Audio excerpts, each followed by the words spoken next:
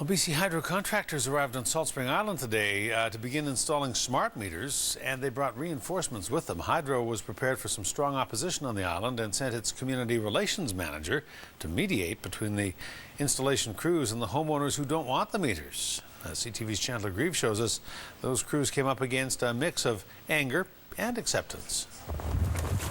They are the foot soldiers of a heated battle on Salt Spring Island.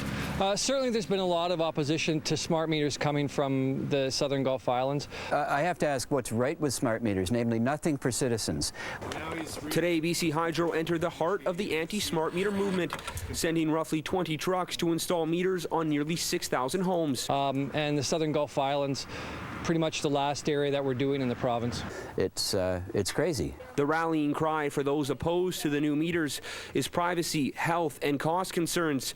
Today, a small group on the island showed us they are prepared to do almost anything, including locking their old meters to keep their homes from being outfitted with the smart meters. Well, on the island, there are roughly 1,000 people who have locked and blocked their meters to prevent access. This is their right. We have a right to a safe home. We have a right to privacy. We have a right to grid security. We have our rights to a democratic right of choice to a safe environment. BC Hydro said their workers were turned away at about 5% of Salt Spring homes today. That's on par with the provincial average. And some living on the island say the anti-resistance group is painting the entire island with the same unfair brush. People tend to believe what they want to believe, and it's one thing if you don't want to have a smart meter in your house. It's another thing to send out a bunch of disinformation and half-truths off the internet to kind of try to scare everybody else off from getting a smart meter in their home.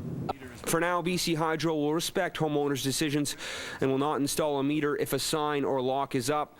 The utility had hoped to have all homes in BC on the new grid by the end of this year, and Hydro admits it does not want to cut power off from anyone, but says if people won't allow new meters to be installed, all options will need to be considered.